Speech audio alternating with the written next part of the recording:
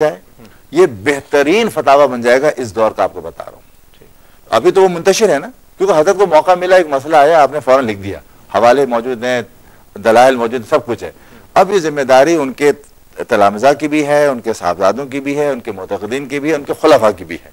کہ اس ساری چیزوں کو جمع کر کے اس کا ایک بہترین فتاوہ بنائے۔ تو یہ میں سمجھتا ہوں کہ اعلیٰ حضرت علیہ رحمت کے بعد ایک بڑا ضخیم فتاوہ، جس کے اندر دلائل بھی اچھے ہوں گے، اور اعلیٰ حضرت کے حوالے سے بہت زیادہ اس میں آپ کو ملیں گے، تو یعنی ایک مدلل آپ کے پاس چیز مل جائے گی۔ اس لحاظ سے ایک بہت بڑا ذخیرہ ہمارے پاس موجود ہے۔ جو انہوں نے دوسرا ایک اہم کام کیا، وہ کام کیا انہوں نے ترجمہ تفسیر کے حوالے سے، اور خود تو ترجمہ انہوں نے نہیں کیا، حالانکہ اس قابل تھے الحمدللہ کہ وہ خود بھی ترجمہ کر سکتے تھے، لیکن انہوں نے دیکھا یہ کہ دور حاضر کے اندر اعلیٰ حضرت کا ترجمہ قرآن کنز الایمان ہے، اس سے بہتر ترجمہ ممکن ہی نہیں ہے۔ تو لہٰذا انہوں نے جو تفسیر روح البیان ہے مولانا اسماعیل حقی صاحب صلی اللہ علیہ کی 30 جلدوں پر مشتمل، ان پوری 30 جلدوں کا انہوں نے ترجمہ کیا، اور اس ترجمے کے اندر اعلیٰ حضرت کا ترجمہ استعمال کیا، اور جگہ جگہ افادے جو ہیں اعلیٰ حضرت کے حوالے سے انہوں نے کیے ہیں۔ اس لحاظ سے وہ تفسیر جو انہوں نے لکھ دی، اردو کے اندر ترجمہ کیا ہے، دور حاضر کے اندر ان علماء کے لیے جو عربی میں شاید نہ پڑھ پاتے ہوں، ایک بہت بڑا علمی ذخیرہ انہوں نے دیا ہوا ہے۔ البتہ اس کے اندر جو ضرورت ہے، پھر میں ایک بات کہوں گا، وہ یہ ہے کہ حضرت کے پاس اتنا کم وقت ہوتا تھا، لکھتے بہت تھے، اتنا ٹائم نہیں ہوتا تھا کہ اپنا مصنفہ وہ دوبارہ پڑھیں، لہذا اب دوبارہ جب کتابیں شائع ہوں تو ان کے صاحبزادے یا ان کے تلامذہ اس کو ایڈٹ کریں باقاعدہ، اور کسی اچھے پروفیسر سے شائع کرائیں۔ یہ بہترین تفسیر ہے جو وہ ہمارے پیچھے چھوڑ کر گئے۔ ٹھیک ہے، ضمناً اس میں کچھ ایک دو سوالات اور ہیں ڈاکٹر صاحب، میں پیش کروں گا آپ کی خدمت میں۔ ناظرین، وقت ہوا ہے ایک مختصر سے وقفے کا، وقفے کے بعد ہم آپ کی خدمت میں ایک بار پھر حاضر ہوں گے، ہمیں امید ہے آپ ہمارے ساتھ رہیں گے۔ خوش آمدید ناظرین، آپ دیکھ رہے ہیں خصوصی پروگرام علامہ محمد فیض احمد اویسی رحمۃ اللہ علیہ کی یاد میں۔ یہ پروگرام آپ کی خدمت میں پیش کیا جا رہا ہے۔ ہمارے ساتھ موجود ہیں ممتاز عالم دین علامہ سید مظفر حسین شاہ صاحب۔ ممتاز عالم دین ہیں، بہت شائستہ انداز تکلم رکھتے ہیں، مدلل گفتگو فرماتے ہیں۔ ان کے ساتھ تشریف رکھتے ہیں پروفیسر ڈاکٹر مجید اللہ قادری صاحب، آپ جامعہ کراچی میں تدریسی خدمات انجام دے رہے ہیں۔ شاہ صاحب، میں آپ سے پوچھنا چاہوں گا کہ علامہ صاحب کے بارے میں جب ہم ان کی شخصیت کے بارے میں پڑھتے ہیں اور ان کی زندگی کے حوالے سے جب جاننے کی کوشش کرتے ہیں، تو ان کی زندگی میں عشق رسول صلی اللہ علیہ وآلہ وسلم بہت زیادہ نظر آتا ہے، بلکہ ان کی شخصیت پر یہی ایک چیز ہے جو غالب نظر آتی ہے۔ آپ کیا کہیں گے؟ دیکھیے، عشق ہی وہ چیز ہے جو ایمانیات کا سب سے پہلا جز ہے اور سب سے پہلا حصہ ہے قبولیت کے اعتبار سے، اور انسان کی ابتدا بھی اور اس کے ایمان کی ابتدا بھی، اور ایمان جہاں سے نمو ہوتا ہے وہ سر چشمہ جو ہے وہ عشق ہی ہے۔ اب دیکھیں سورہ بقرہ کی ابتدا کے اندر اللہ رب العالمین نے جو 5 صفات مومنین کی ذکر فرمائی ہے، ان میں پہلی چیز الذین یؤمنون بالغیب۔ مومن وہ ہے جو غیب پر ایمان لاتا ہے، تو غیب پر عقل ایمان نہیں لاتی، عشق ایمان لاتا ہے۔ یقیناً عقل جو ہے وہ خارج میں مشاہدہ چاہتی ہے،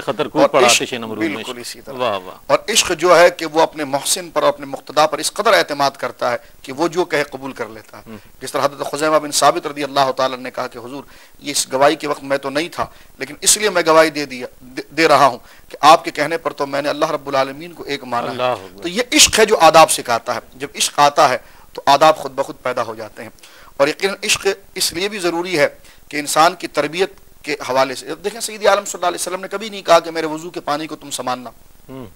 یا آؤ اس کو نیچے ہاتھ سے روکو۔ کم احادیث ایسی ملتی ہیں بخاری کتاب الوضو کے اندر جو حضور علیہ السلام نے اپنا برتن دیا ہو کہ چلو اس سے تم پی لو،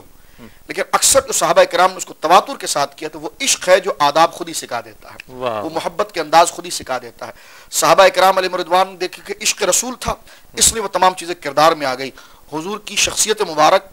تو ہے، لیکن حضور جس دراز گوش پر سوار ہوتے ہیں، جس خچر پر سوار ہوتے ہیں، جو سواری اس وقت ہے، اس کا ادب اس قدر کرتے ہیں کہ اگر وہ پیشاب بھی کر دے تو اگر کوئی کہے اس پیشاب میں بدبو ہے تو صحابہ کرام اس کو گریبان سے پکڑتے ہیں۔ اور بخاری کتاب الصلاح کی حدیث ہے جو حضرت عبداللہ بن رواحہ نے عبداللہ بن ابی منافق کو جو گھونسا مارتے ہوئے ارشاد فرمایا تھا کہ واللہ لحمار رسول اللہ صلی اللہ علیہ وسلم اطیب ریحا منک، اللہ کی عزت کی قسم کہ رسول اللہ صلی اللہ علیہ وسلم کے دراز گوش کے جو پیشاب ہے اس میں عطر اور مشک سے زیادہ خوشبو آ رہی ہے۔ تو یہ عشق ہے جو یہ آداب اور سلیقے سکھاتا ہے۔ آپ کے شہر کا ادب ہے، آپ کی نسبتوں کا ادب ہے، اور آپ کی احادیث کا ادب ہے۔ تو یہی وہ عشق ہے جو روب کو پیدا کرتا ہے اور ایمان کو بچاتا ہے۔ تو یقیناً حضرت فیض ملت و دین کے اندر عشق اس اعتبار سے رہا جو ان کی شخصیت کے اندر سب سے ابھرا ہوا نظر آیا۔ میں اس پر اپنی ایک مثال پیش کرنا چاہتا ہوں اس حوالے سے کہ جس وقت میں بہاولپور پہنچا، کیونکہ حضرت کی یاد پر پروگرام ہے، تو میں جب بہاولپور پہنچا 1974 کی بات ہے، اس وقت کوئی میری عمر اتنی نہیں تھی اور میں ابتدائی طالب علم تھا دارالعلوم جدیہ کے اندر، درجہ ثالثہ سمجھ لیں یا خامسہ سمجھ لیں۔ تو جب میں وہاں پر پہنچا قرآن کی محبت میں، تو حضرت تشریف لائے اور اپنی مسند پر کھڑے ہی رہے اور پہلا اعلان کیا کہ اس میں سید کون ہے، مجموعہ کر کے سید کون ہے۔ اب میری ضرورت تو نہیں تھی کہ میں اس بات کا کوئی اعلان کرتا یہ کہتا، تو تھوڑی دیر توقف فرمانے کے بعد حضرت نے حاضری کا رجسٹر اٹھوایا، تو اس میں لکھنے کی ترتیب بھی ایسی تھی کہ جو سادات ہوتے ان کا نام پہلے ذکر کیا جاتا، تو میرے سے پہلے ایک سید صاحب تھے، ان کا نام تھا، دوسرا نام میرا تھا۔ جب پوچھا کون ہے اور یہ جو ہے کہ قیام کر لیں، تو جب ہم کھڑے ہو گئے تو آپ خود تشریف لائے، اپنی صف سے آگے بڑھتے ہوئے ہماری صف میں آئے، اور یقین کیجئے کہ یہ میں ان کے مرتبے کے حوالے سے ذکر کر رہا ہوں، ان کی عظمت کے حوالے سے ذکر کر رہا ہوں کہ انہوں نے باقاعدہ میرا ہاتھ پکڑ کے چوم لیا اور مجھے لے کر آئے اور کہا کہ تم میری مسند پر بیٹھو گے۔ تو میں نے کہا حضور یہ مجھ سے نہیں ہو سکتا، تو بڑی میں نے جو ہے کہ حضرت کی خدمت میں گزارش کی، تو پھر حضرت مانے اور میں اس طرف بیٹھ گیا۔ ایک بات تو یہ ہے ادب کے اعتبار سے، لیکن میں نے جب محدث اعظم کچوچوی رحمۃ اللہ علیہ کا واقعہ فاضل بریلوی کے ساتھ پڑھا کہ محدث اعظم کچوچوی ہاشمی ہیں، سید ہیں، تو جب یہ افتاح کی تربیت کے لیے فاضل بریلوی کے بعد بریلوی شریف جب یہ پہنچے تھے، تو یہ کہتے ہیں کہ اکثر وقت میرا باہر کبھی گزر جاتا تھا، کبھی باغات کی سیر تو کبھی بازار کی سیر، تو اس طرح، تو اس میں اعلیٰ حضرت نے ان کی اصلاح کا کیا کام کیا؟ دیکھیں سادات کا ادب اپنی جگہ پر ہے، لیکن اس میں اصل چیز جو موجود ہے وہ کیا ہے کہ کہتے ہیں کہ ایک دن جمعے کی نماز میں بہت پچھلی صف کے اندر موجود تھا، محدث اعظم کچوچوی کہتے ہیں، اعلیٰ حضرت نے نماز ختم فرمانے کے بعد جہاں لوگ اعلیٰ حضرت کی ملاقات کے لیے گرد و نواح قریہ قریہ آتے تھے، تو اعلیٰ حضرت خود صفوں سے چیرتے ہوئے آگے آئے اور آخری صف میں آ کر میری دستبوسی کر لی۔ اب ساری مسجد دیکھ رہی ہے کہ جس کے ہاتھ فاضل بریلوی چوم رہے ہیں وہ کتنا بڑا نیک آدمی ہوگا، تو کہتے ہیں کہ اب کسی پان کی دکان پر بھی کھڑا ہوتا تو وہاں پر تانتا بن جاتا، تو میں تو باہر سے تو باز آیا، اب میرا ہما وقت جو ہے کہ دارالفتاح میں اور مطالعے میں گزرتا تھا۔ تو یہ بزرگوں کے ادب کے اندر یہ چیز ہے، احساس ذمہ داری کو ڈیولپ، احساس ذمہ داری، تو یہ عشق کا غلبہ جو ہے میں جہاں تک دیکھ سکا ہوں، تو اختصار کے ساتھ یہ میں کیا کہنا ہے۔ ڈاکٹر صاحب ایک چیز میں پوچھنا چاہوں گا، جس طرح اعلیٰ حضرت اور خانوادہ اعلیٰ حضرت سے حضرت بہت متاثر تھے اور ان کی علمی خدمات سے بھی بہت زیادہ متاثر تھے، تو یہ فرمائیے ان کا جو غیر مطبوعہ بھی کام ہے، بہت کام ہے، ابھی شاہ صاحب سے بات ہو رہی تھی پروگرام سے قبل تو بتا رہے تھے، بہت بڑا کام ہے، تو اس کو کس طرح منصہ شہود پر لایا جائے اور کس طرح اس کو لوگوں کے لیے افادہ عام کے لیے کیا جائے، کوئی تجویز ایسی، تاکہ اس پروگرام کے حوالے سے میں چاہوں گا یہ بھی آپ کی کچھ فکر پہنچے۔ اس پر میں جواب دینے سے پہلے شاہ صاحب کی بات کو آگے بڑھاتے ہوئے بتا رہا ہوں کہ اس کا ایک اینگل جو آپ نے بتایا وہ اپنی جگہ پر حق ہے، دوسرا اس کا اینگل یہ ہے کہ جس کو قرآن حدیث سے عشق ہوتا ہے اس کا اوڑھنا بچھونا قرآن حدیث ہوتا ہے۔ جب وہ قرآن حدیث کو اتنا زیادہ اپنے اوپر یعنی امپلیمنٹ کرتا ہے تو یقیناً ایک بہت شفاف آئینہ بن جاتا ہے شخصیت کے لحاظ سے، اس لیے پھر لوگ ادھر کھچے کھچے جاتے ہیں۔ تو حضرت کی بھی صورتحال یہی تھی، اور اسی وجہ سے حضرت کا جو تحریر کے اندر معاملہ تھا اس میں بھی حضرت نے جو ہے وہ قرآن حدیث ہی کے حوالوں سے سارے کام کیا۔ میں نے پہلے بھی گفتگو کی، پھر میں اس کو ریپیٹ کر رہا ہوں تھوڑا سا اختصار کے ساتھ کہ حضرت فیض احمد ویسی رحمۃ اللہ علیہ نے ایک جو اور بہت اہم کام کیا وہ یہ کیا کہ اعلیٰ حضرت علیہ رحمت کا ہدایت بخشش جو ایک نعتیہ مجموعہ ہے، اور اعلیٰ حضرت جیسے عالم کا نعت کوئی لکھنا، اس کو پڑھنا سب کے بس کی بات نہیں، سمجھنا سب کے بس کی بات نہیں۔ چند نعتیں بڑی آسان اس میں ہیں، لیکن اکثر نعتیں جو ہیں وہ قرآن اور حدیث اور روایات اور کوئی نہ کوئی حکایات کی روشنی میں لکھی گئی ہیں۔ جب تک کہ آپ کو وہ نہیں معلوم ہوگا آپ شعر کو نہیں سمجھ سکتے۔ انہوں نے ایک اور بیڑا اٹھایا، ایک ایک نعت پر بعض ایک ایک پوری والیوم لکھ دی انہوں نے۔ یعنی جو قصیدہ معراجیہ ہے اس پر اتنی زخیم ہے، 250-300 صفحے کی کتاب قصیدہ معراجیہ پہ لکھ دی انہوں نے شرح میں۔ اچھا اس سے ہو کیا رہا ہے؟ اس سے جو سب سے بڑا فائدہ ہو رہا ہے رئیس بھائی، وہ یہ ہو رہا ہے کہ وہ علماء جو ان اشعار کے معنی کو نہیں سمجھ سکتے، حضرت نے جتنا بھی ممکن ہوتا تھا قرآن اور حدیث اور تمام چیزیں اس کے اندر پرو دی ہیں۔ یعنی اب وہ خزانہ ہو گیا علم کا۔ آپ قصیدہ معراجیہ کو اگر آپ سمجھنا چاہتے ہیں، شعر تو بعد میں پڑھیے گا، پہلے ہے دیکھیں اس میں ہے کیا اس کے اندر، پھر آپ شعر پڑھیں گے تو آپ کو داد لطف آئے گا۔ تو حضرت نے اعلیٰ حضرت کی تمام جو نعتیں تھیں ہدایت بخشی کے اول دوم، ان سب کی شرح کر دی۔ غالباً یہ 30 والیوم کا کام تھا جس میں سے میرے یادداشت میں یہ کہ 15-16 شائع بھی ہو چکی ہیں، باقی ہیں. ٹھیک، یہ ایک بہت بڑا کام ہے ان کا. اور دوسرا میں نے اشارہ کیا کہ جو ان کے کتابچے ہیں جن کو میں آرٹیکل کہتا ہوں اپنی زبان میں، اس لیے کہ آپ مفتی کے پاس جب کوئی مسئلہ آتا ہے تو ایک موضوع پر ہوتا ہے، اور اس ایک موضوع پر اگر آپ کوئی دلائل کے ساتھ بات کر رہے ہیں وہ ایک آرٹیکل بنتا ہے. حضرت نے ہزاروں آرٹیکل لکھے،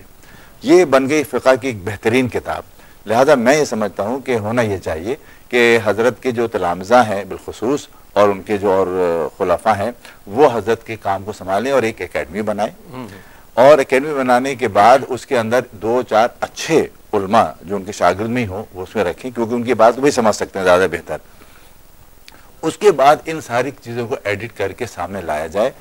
اس زمانے کے لحاظ سے میں سمجھتا ہوں کہ ایک بہت بڑا علمی خزانہ ان علماء کے لیے ایک ماخذ بن جائے گا جو دور جدید کے اندر علم حاصل کر رہے ہیں. کیا کہنا ہے، کیا کہنا. بہت شکریہ ڈاکٹر صاحب آپ کا، آپ تشریف لائے اور بہت عمدہ گفتگو فرمائے. اپنے شاہ صاحب آپ کا بہت شکریہ، آپ تشریف لائے. ناظرین گرامی، حضرت علامہ محمد فیض احمد اویسی رحمۃ اللہ تعالی علیہ کی شخصیت اور ان کی مختلف گوشوں اور زاویوں پر بات کرنے کی کوشش کی. اور جی جی جی